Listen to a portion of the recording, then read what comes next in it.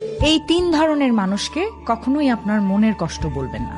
Number 1 হলো minimiser. আপনি বললেন আমার অনেক দুশ্চিন্তা হচ্ছে, সে বলল দুশ্চিন্তার কি আছে, ডিপ্রেশনের কি আছে, সবার জীবনেই তো কষ্ট আছে। এই ধরনের মানুষগুলো আপনার খারাপ চায় না, কিন্তু এই ধরনের মানুষের ইমোশনাল ডেপথ অনেক কম থাকে। তাই আপনার কষ্টকে তারা তাদের কষ্টের দাঁড়িপাল্লায় মেপে ছোট করে দেখে। নাম্বার 2 হলো দ্য কম্পিটিটর। আপনি কাউকে আপনার কষ্ট শেয়ার করলেন, সে সাথে সাথে বলল আমার কষ্ট আরো বড়। সে কোনো না কোনো বিষয়ে আপনার থেকে এগিয়ে থাকতে চায়।